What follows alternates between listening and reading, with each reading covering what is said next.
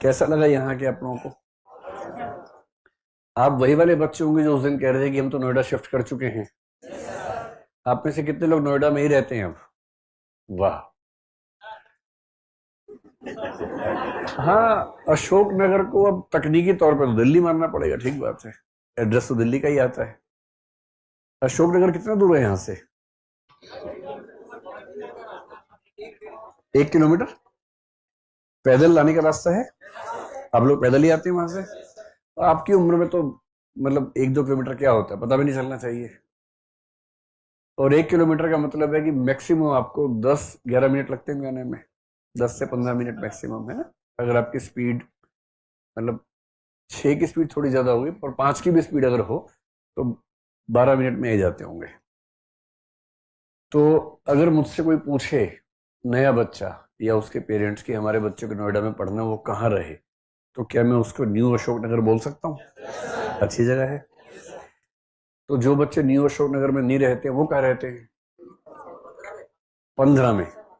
15 का मतलब कोई खास गांव का नाम है या क्या है? सेक्टर 15 तो ये है, मैं जानता हूँ, लेकिन अच्छा ABCD ब्लॉक से। क्योंकि नोएडा में क्या है कि जो मेन रोड्स हैं वो तो सेक्टर्स में डिवाइडेड है, उसके एकदम पीछे जो पुराने गांव हैं वहां बहुत लोग रहते हैं। वहां पर बहुत सारे पीजीज चलते हैं। तो मैं अनुमान करता कि सेक्टर 15-16 में भी बहुत सारे ऐसे एरिया होंगे जहां पीजी चलते होंगे। अब उनका नाम क्या है, सेक्टर है या गांव के नाम से, ये मुझे नहीं पता था। तो सेक्टर के नाम से आप बता रहे हैं। तो सेक्टर 15 में कितने बच्चे रहते हैं आप में से? अच्छा, सेक्टर 15 और न्यू अशोक नगर में सस्ता कौन सा पड़ता है? न्यू अशोक नगर है। तो एक बार फिर से मैं आप लोगों का धन्यवाद अदा करता हूं कि आप लोगों ने, असल में कल मैं दिन भर यहाँ पर था नोएडा में ही। 4 महीने से हमारी टीम काम कर रही थी यहाँ। और करोल बाग में पिछले कुछ दिनों में जो बच्चों की संख्या थी उसको देख के हमें अंदेशा था कि बच्चे हैं कहाँ वो, जो एक जमाने में नेहरू विहार में थे, वो हैं कहाँ? करोल बाग तो आते नहीं थे। मतलब कितने आते थे? उसके आधे या उससे थोड़े कम। नेहरू विहार मुखर्जी नगर में बच्चे दिखते नहीं थे।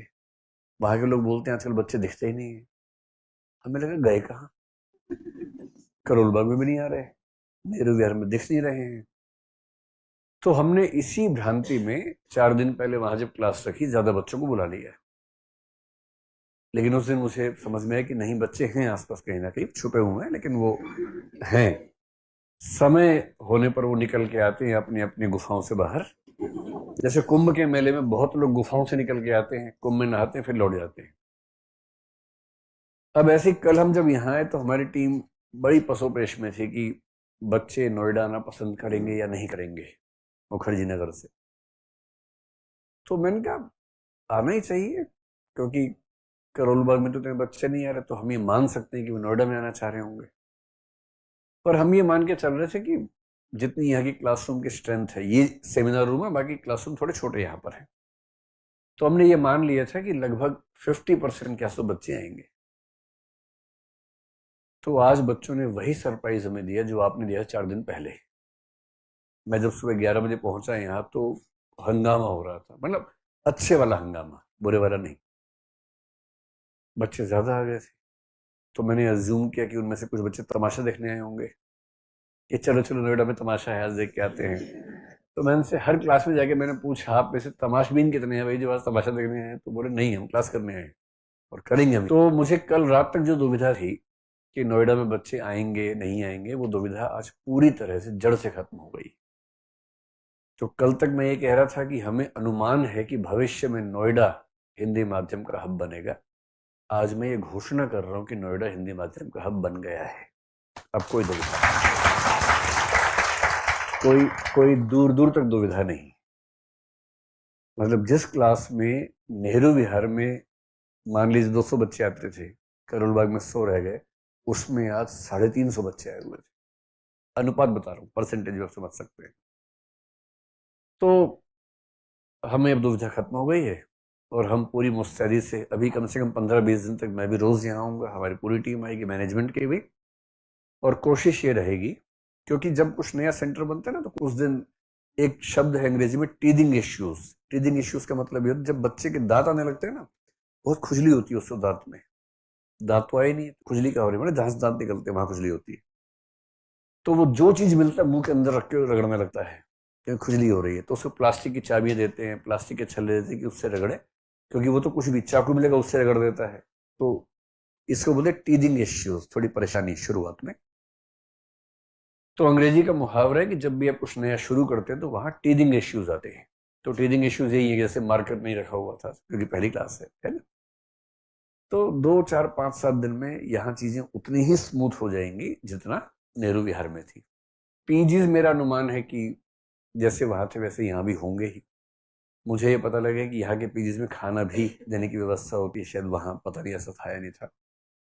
लेकिन जो फीडबैक मेरे पास अब तक है वो ये कि पीजीज के मामले में अगर 19 20 भी है तो यहाँ 20 ही पड़ेगा, 19 नहीं पड़ेगा। और यहाँ क्योंकि सॉफ्टवेयर इंडस्ट्री में काम करने वाले लाखों लोग यहाँ रहते हैं तो उनके लिए पीजीज बनते हैं बहुत सारे नोएडा में, और वो पीजीज थोड़े से बेहतर बनते हैं।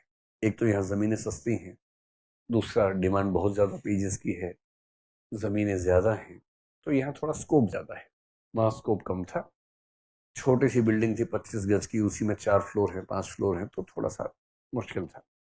तो मेरा अनुमान है, बाकी आपको डिसाइड करना है। हमारी तरफ से आप यहाँ क्लास करें, करोल बाग में करें, हम अपनी जिम्मेदारी से पीछे कहीं नहीं हटेंगे।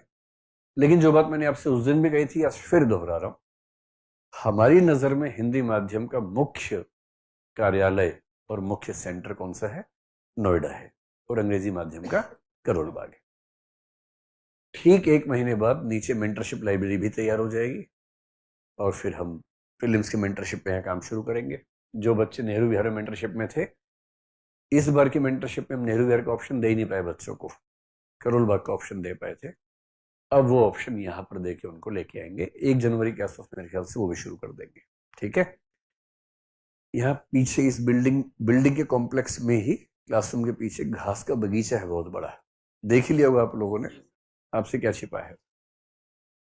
तो जब क्लास खत्म हो, सर्दियों का समय, धूप सेंकने के लिए आप वहां जा सकते हैं, वहां आराम से बैठे।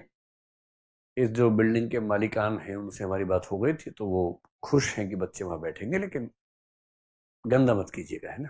वैसे मैंने कह दिया कि ये बच्चे इतने अच्छे हैं, कल को कलेक्टर बनेंगे, एसपी बनेंगे, इनको पता है सफाई कैसे रखनी है, और पूरा पूरा जिला साफ करेंगे बड़े होके। तो अभी तो एक बगीचे को साफ करने की बात है, कर लेंगे साफ। तो कभी टॉफी वॉफी खाने का मन करे, कोई छिलका विलका हो तो बैग में रख के ले जाना है, और ये डस्टबिन वहां होंगे ही। इतना ध्यान, मतलब मैंने आपकी तरफ से जबान दे दी है उनको, नाक मत कटवाना मेरी। जैसे मम्मी अपने बच्चों को ऐसे डांटती है कि किसी के घर जा रहे हो, नाक मत कटवाना मेरी। वो पूछेंगे काजू खाओगे? हाँ, लपक लिए सारे काजू। ऐसे नहीं करना है, बोलना है मैं खा के आया हूं, मेरा पेट भरा हुआ एकदम, ऐसे बोल के मना कर देना है कायदे से।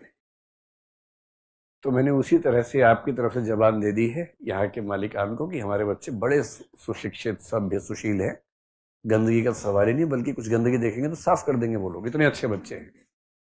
तो ये भी चौंक गए उसके बाद, और तब से ढूंढ रहे हैं कि ऐसे बच्चे कहाँ पाए जाते हैं। आज से उनको मिलने शुरू हुए। तो ध्यान रखना भाई, नाक मत कटवा देना, है ना, थोड़ा साफ सफाई से, ताकि क्योंकि आपको ही बैठना है, कल को आप गंदा करेंगे फिर आप ही तो बैठेंगे परसों उसके ऊपर, तो सबके लिए